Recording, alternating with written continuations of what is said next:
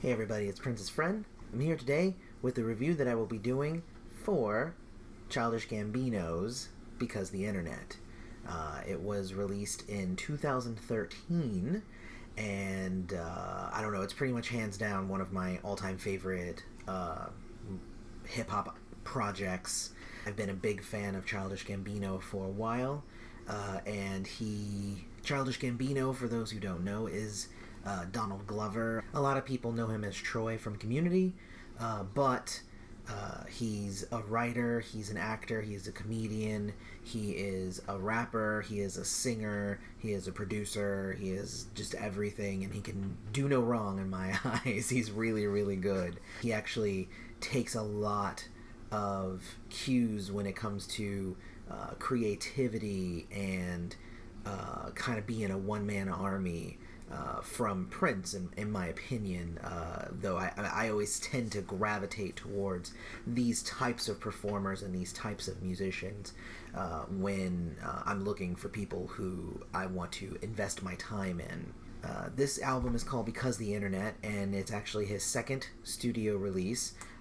His first one, which was called Camp, which was also very good, it got a lot of really good reviews, so there was actually a lot riding on this as his sophomore album. In this case, he was having arguments with his record company about release dates, and there were leaks of some of the songs and videos, which didn't really help things when it came to the release of this particular album. Again, because of the internet. When it was released, it was almost universally panned by reviewers. They were calling it things like annoyingly self-aware and muddled and confused. But I personally didn't hear any of that. When I was listening to it, I popped it in and just immediately was drawn into the world that he was creating and the tapestry that he was weaving with his words, which is all very poetic. I'm a big fan of Childish Gambino's rap style, his flow.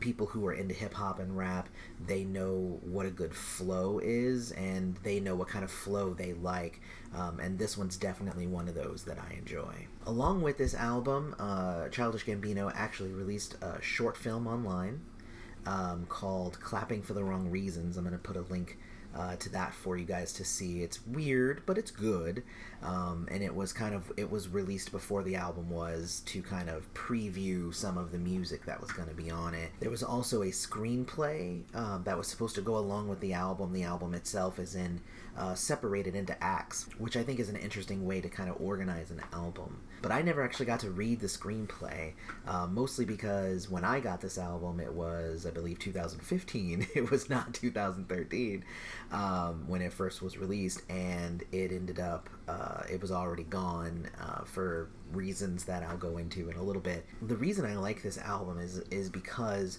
this album specifically is actually very akin to the album Lovesexy, which was why I wanted to release this review close to Prince's Lovesexy review, which I'll put a link for that so you guys can go check that out. On this album, Childish Gambino actually lays out his own transition from who he is into something different, which is, like I said, kind of like Prince's spiritual enlightenment that he got, but from different sources, because I don't believe that this is a religious thing. It's a transformation and a metamorphosis that is just as poignant and just as meaningful as Prince's was. So it is kind of weird for me to start off with a review for a performer who is evolving during this album without having reviewed any of his older stuff. I will end up going back and doing some of that because I actually do really like his older stuff as well. But for those of you who don't really know much about him, really all you need to know is that he did a lot of braggadocio kind of songs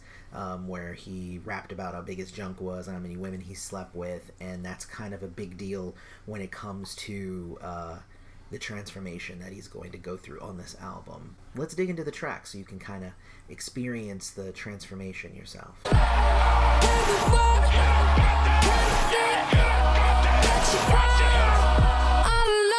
Blue dream by the bouquet till I'm blue face on a Tuesday. Can I have some? Hashtag niggas be like. Put a plus 18 on an Evite. And I said what I felt, no rewrite. Nah, they can't hold me. June, July, drop something. I double. So we go from the track called Library, which is actually the first track. It's only about 5 seconds long. And it's kind of like you're logging into the experience online. There was an interview with Childish Gambino where he said to me it kind of sounds like somebody logging online, but whatever. But that actually goes into the very first song, the first real song on there, Bino, as he's called, Childish Gambino. We just call him Bino, us friends of his. So Bino raps his kind of classic style, references other rappers, and he's kind of corny, makes some corny punchlines in there. He's also known for being called cheesy and corny. That's kind of part of his whole shtick. It's about having to kind of crawl and work hard to get to where you're at and to not really look back. The chorus is slightly repetitive, but it's informative in the mindset that he had going into the song. It actually was the third single released for the album, and it hit number 86 on the Billboard Hot 100. My girl ain't bad. She more like evil. When I'm looking in the mirror, how flies this Negro? She on Hollywood and Vine, thinking that she Hollywood on Vine, making movies with her friends all the time, showing off her ass. That's a network. But I saw through it like a wet shirt. So Worldstar is the second song. It's one that's kind of about fame, but it's about fame with a cost. Of course, a lot of people know that Childish Gambino, as Donald Glover, kind of started his internet career on Worldstar, doing sketches that he would rather leave behind. He remarks on how the idea of gaining fame through Worldstar is perverse in a way. One of my favorite lyrics is, "Yeah, motherfucker, take your phone out to record this. Ain't nobody can ignore this. A more or less individuals making movies of criminals trying to get their residuals. When it all goes crazy, when I hear that action, I'm a be Scorsese." I mean, and just in that, you can hear it's like there's people with no morals, and they're filming criminals instead of calling the cops, and they're just filming it to make money.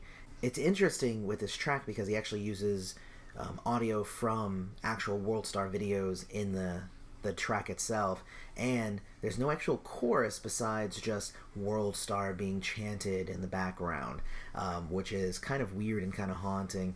It also ends with a weird, unexpected saxophone solo, which is oddly calming from a song about Worldstar, since that's a pretty aggressive song.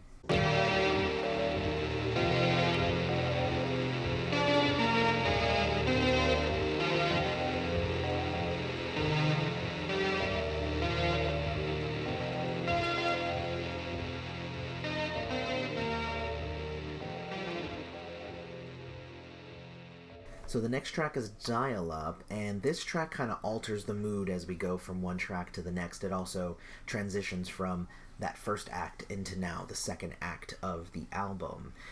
It's a kind of a weird instrumental that represents Bino now having achieved a level of fame in his Worldstar days. Now he's entering the internet himself, and that's why it's called Dial Up. All she needed was bought a new bag, 8K nigga. Wanna take shots, 8K nigga. Yeah. When I ball, I'm a ball, King James nigga. Uncle Ben in my hand, make change nigga. And I'm out of this world like Tang nigga. That's a space bar. Yeah. Man, I hate so The Worst Guys, it's kind of a song about flirting with the internet, using the internet to share experiences, get laid, get around town, etc. But in the end, Bino ends up back on his porch, almost like he was just too introverted for the internet as a whole. The rapping on this track is on par with other Childish Gambino tracks, referring to other acts like the Jackson 5, and it actually doesn't rely too heavily on its guest vocalist, who is Chance the Rapper, who is just here to say all she needed was some. It actually has a really nice guitar solo at the end. Again, some weird and interesting instrumental choices here. But yeah, it's a good song though. Love me better, kiss me back, listen more. Love me better, kiss me back, listen more. Yeah, no. Yeah, okay. face down in the brown grass. Shame, shame on my brown ass. So in Shadows, he finds himself caught inside of himself. He's caught in the shadows and unable to get kind of the motivation to get outside of himself until he meets a girl. Of course, this girl is online, which is just kind of like more Shadows. He's extroverted without needing to actually be extroverted, which anyone who has done any online dating, they kind of know how that is. At the end of the song, he just can't seem to get over himself, so he tells her how they'll never be friends and tries to break it off. Musically, the end of the song lapses into like this weird depression-sounding kind of tapestry that brings us into the next track. On the gas, I'm just trying to pass all the red lights and the stop signs. I'm ready to go. Before I get to the baby, that's a problem. Cause I'm way too scared to call and you might get me to stay. No, I don't really want to drive, but I think I'd probably die in Oakland. So Telegraph Avenue, it's his actual attempt to connect with the girl that he had previously spoken to. He listens to a song by someone else named Lloyd, which is about driving to Oakland to be with her, and he tries to kind of take on this persona and tries to use it as a way for him to get over his own internal fears, basically be trying to become someone else. She kind of sees through it, eventually leading him to ask, well, can we at least try? Even though he's scared about what it all means, because it means moving, it means settling down, it means changing jobs, it means, if it gets really serious, he might be a father. I think this is actually one of the most successful songs. He sings on it and raps on it. It's just beautifully cut together. The lyrics are great. It's a song about getting over your fears only to really find that there are bigger fears on the other side, which is, again, something that we've all experienced at some point. Don't be mad cause I'm doing me better than you doing you. Don't be mad cause I'm doing me better than you doing you. Don't be mad cause I'm doing me better than you doing you. Better than you doing you. Fuck it, what you gonna do? Different color my passport, Instagram my stack load, hashtag my day wear, and your girl drank my daycare, and I'm born rich, life ain't fair. And here we are at my favorite track on the album. Sweatpants is actually Bino's really like hyped vibrato song. It's all about how awesome he is and how rich he is, how many women he has, and this is actually kind of the representation of him finally being able to take on that other persona, like Lloyd, but this time it's really kind of just his really huge false sense of security. He kind of throws out all of the fear from the last song and basically just pretends like everything is all good all the time. And this is part of the Childish Gambino persona. The song has a really rapid fire lyrical style that it took me 3 weeks to be able to learn all the words and be able to actually say them in order and not fudge them. Again, this is actually my favorite song on the album. It has so many great lines in it, and they just like keep coming at you nonstop. It's really, really good. It was actually the second single for the album, and the song peaked at number 24 on the US Bubbling Under Hot 100 singles chart. Hold up. No matter what you say, what you do, when I'm alone, I'd rather be with you. Fuck these other niggas, I'll be right by your side till 2005. Hold up. Hold up. Hold up. Hold up. Hold up. Hold up. Hold up. Hold up. Hold up. And that brings us to 3005, which is the last song in this act. And it's one of those hidden meaning songs. So on the surface, it's about loving a woman so much that you just want to be with her all the time. But this song actually has a deeper meaning to it. It's because he wants to be with her instead of being alone. But that's kind of the only reason he wants her. He's alone a lot and pretending to be something that he's not, and only really her company keeps him from remembering that he's so lonely, and he knows that he won't be able to keep up this act forever. That said, It's actually really one of the catchier songs on the album, which made it an easy choice to be the first single to actually be released. It peaked at number 11 on the UK R&B charts and number 64 on the Billboard Hot 100. So it did pretty well, I think, compared also to the other singles. And it's a really, really good song. The video's creepy with a teddy bear and stuff. You should go check it out. But really good song.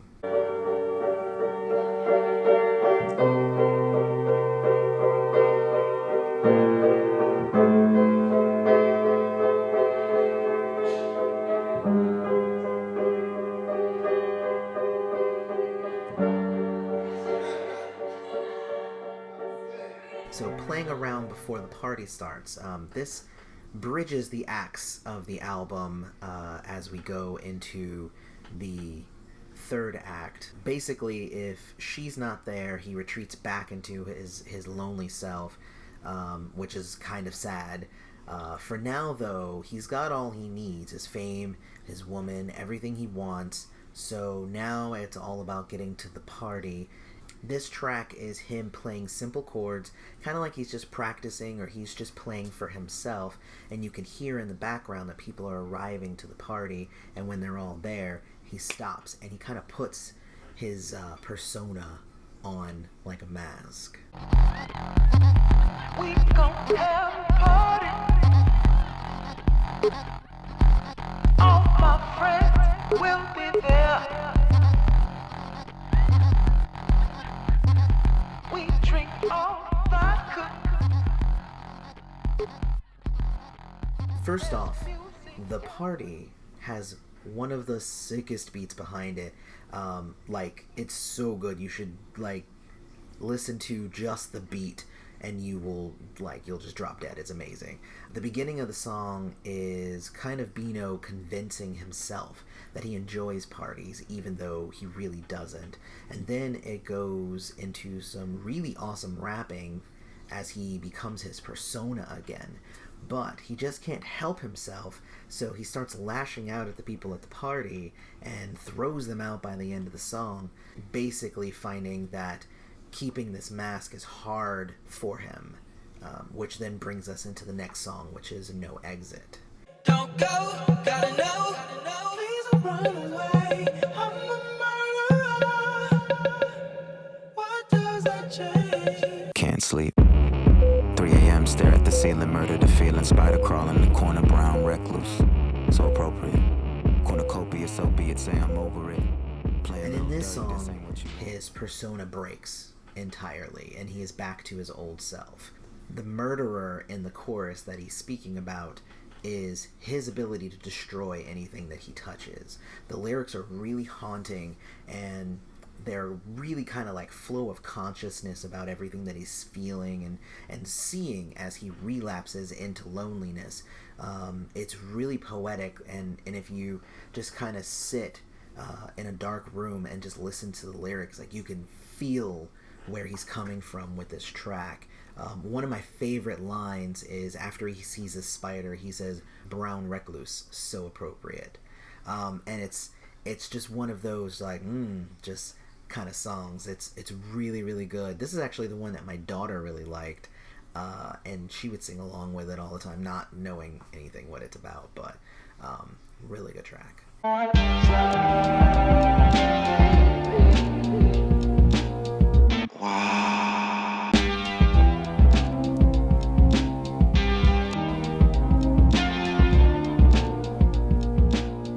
So kind of like Prince, Childish Gambino decided to kind of kill off his old persona and become something wholly new.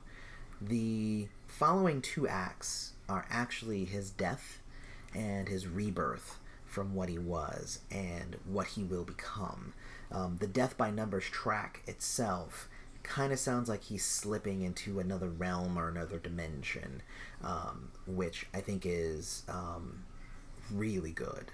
Just hold me close, my darling. Just hold me close, my darling. Just hold me close, my darling. Just hold me close, my So darling. the flight of the Navigator is Gambino's approach to death. As he leaves his body and he's in search of the key to unlocking his true self. In his visions, he dies, he sees a woman, and that woman gives him guidance to becoming something new. And he sees this as his future, but he isn't really ready to cross over yet. So he's not really deserving of what she has to offer at this moment. Musically, this track is actually really interesting. It's got kind of an acoustic guitar, but over him speaking poetry at first, and then it kind of jumps into some really kind of harsh electronic music, which I think is, again, it's showing you the differences in how his emotions are affecting the music.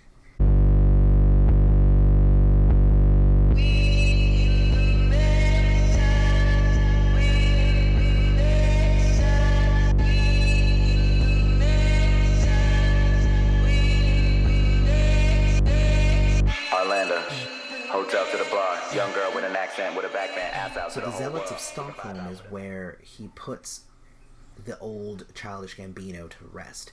It's a song about how much he likes being liked, and all the fans he's accumulated over the years, and how he's almost drowned by the love that they have for him, or more accurately, for the persona that he has created. So he has to kill this persona in order to free himself, and thus, at the end of the song, he is dead.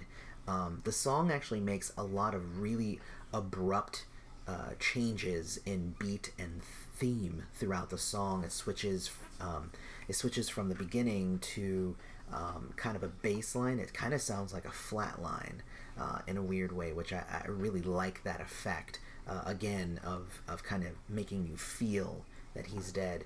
And then it switches again, going into a rap all about death, and the idea of death is really huge in this song, and then it ends.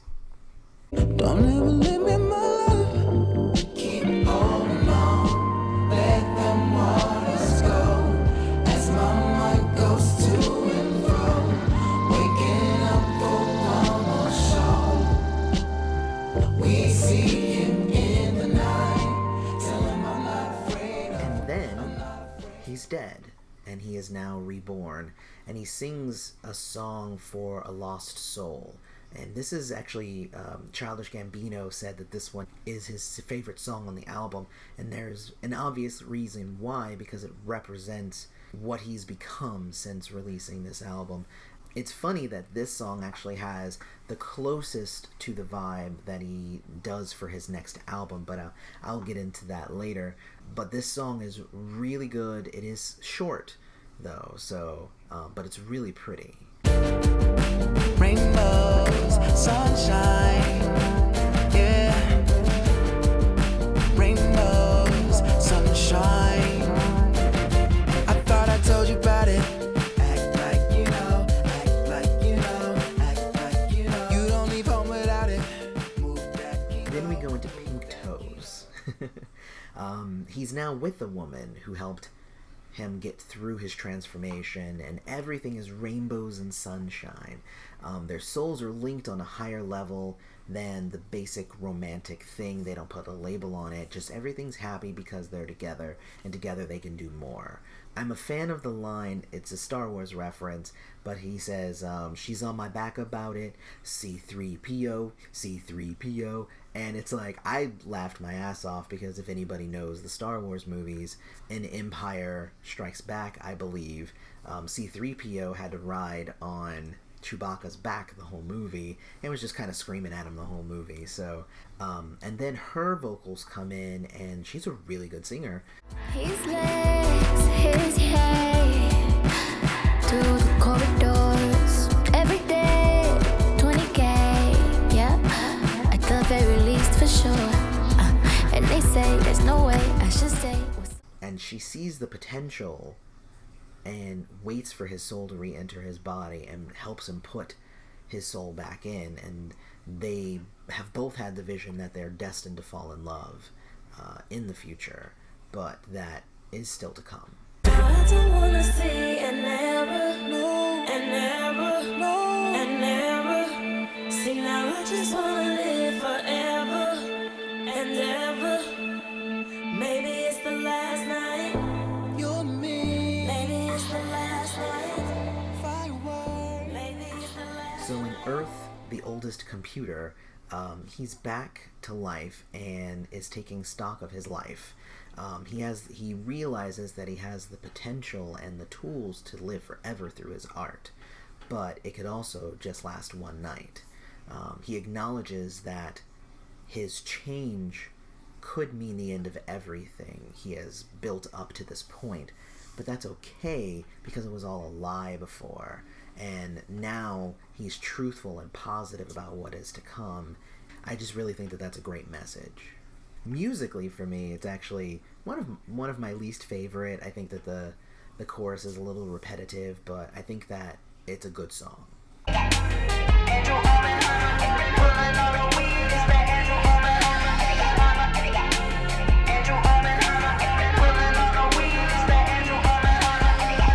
are the dreams of our parents lost in the future who hide the deepest desires and wear a mask like a lucha. Door open.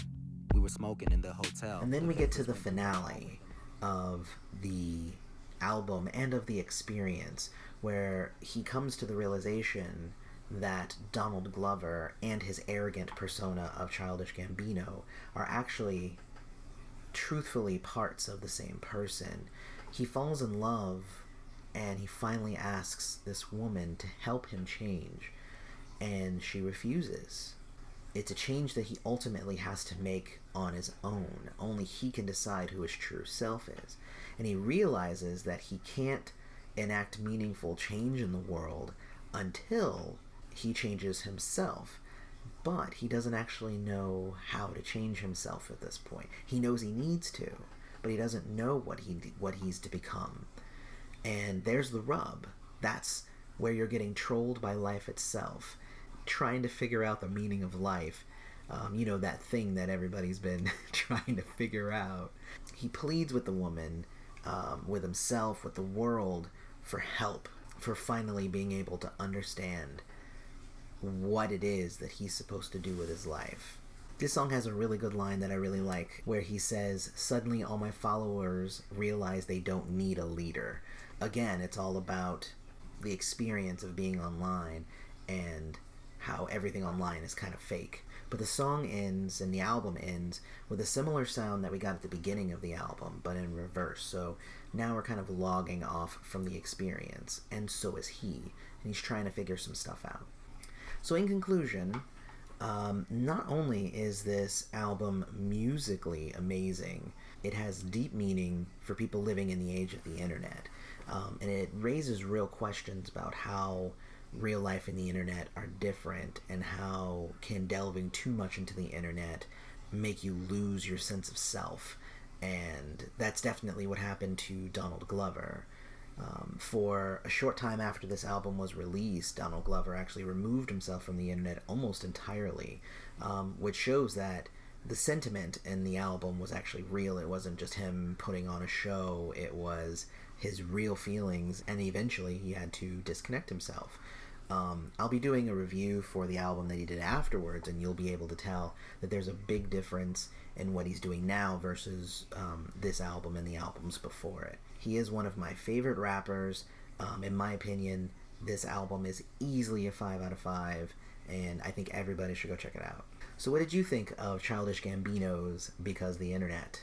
Tell me down in the comments, and don't forget to like this video and subscribe to the channel for more reviews. May you live to see the dawn.